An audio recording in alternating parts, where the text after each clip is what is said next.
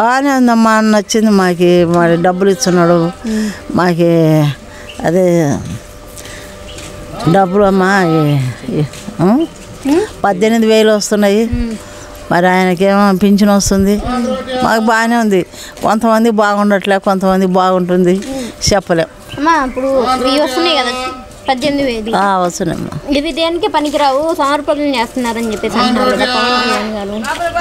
అంటున్నాడు. ఎవరికెవరికే ఎవరికేనమ్మా, వాళ్ళు ఇట్టంటారు అట్టంటారు అంటే ఏం చేస్తాం, మనం ఏం చేస్తామమ్మా.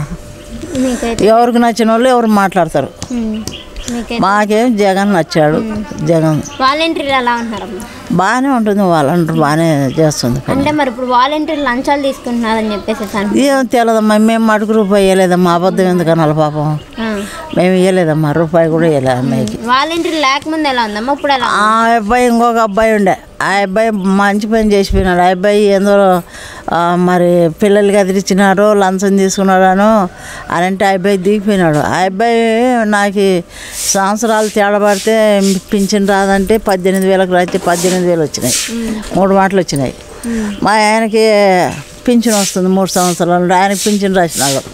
ఫోన్ చేసి కూడా మాకు పింఛన్ వచ్చిందని కూడా చెప్పాడు. మళ్ళీ అబ్బాయి దిగిపోయి కూడా ఏరే వాళ్ళకి ఫోన్ చేసి, మాకు ఫోన్ బాగాలేకపోతే ఏరే వాళ్ళకి ఫోన్ చేసి చెప్పాడు, మీకు పింఛన్ వచ్చింది, మళ్ళీ తీసేసుకుంటారు, పోయి తెచ్చుకోండి, నేను లేను అని చెప్పాడు. చెప్తే పోయి తెచ్చుకున్నాం. దాంట్లో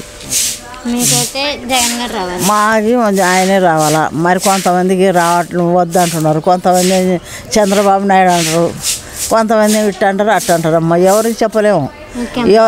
మాకు మటుకు ఆయనే నచ్చాడు. మాకు 18,000 వచ్చినాయి, పింఛన్ వస్తుంది 3 సంవత్సరాల నుండి, బాగానే వస్తుంది, బాగానే ఉందమ్మా.